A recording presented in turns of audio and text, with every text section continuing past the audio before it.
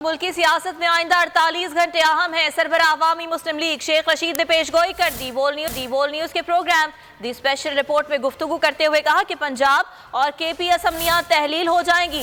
कौमी असम्बली से इकट्ठे मुस्ताफी होंगे, सब तैयार हैं। जो इमरान खान कहेंगे वही होगा। इत्तेहादी हुकूमत में फूट पड़ चुकी है।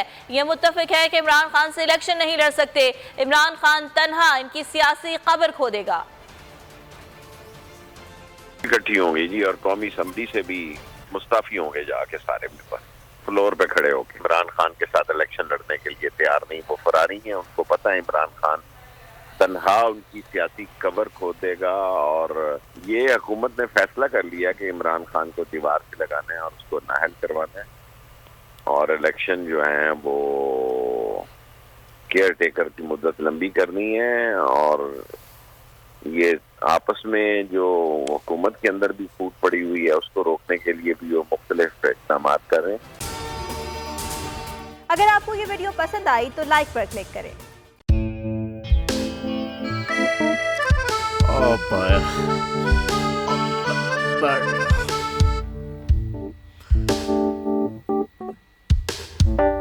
इंतशार से निकलने का वाहिद हल इंतखाबात हैं। हकीकी आज़ादी मार्च आज रवा। खबर आयत के मुताबिक अगर आप उसको ये रिपोर्ट दे दें तो मैं आपको अपनी 4 सीटें खरीद दूंगा। मौलाना हाँ साहब, वो जो रिमोट हमें दे दे और वो जो नीली पीली चैनल है वो लगाए।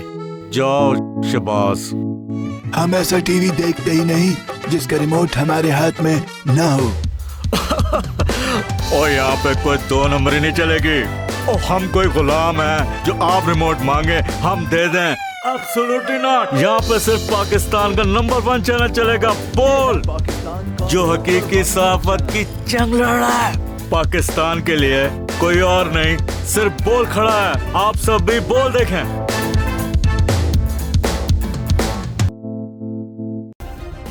सब्सक्राइब करें और बेल दबाएं ताकि कोई खबर रह न जाए।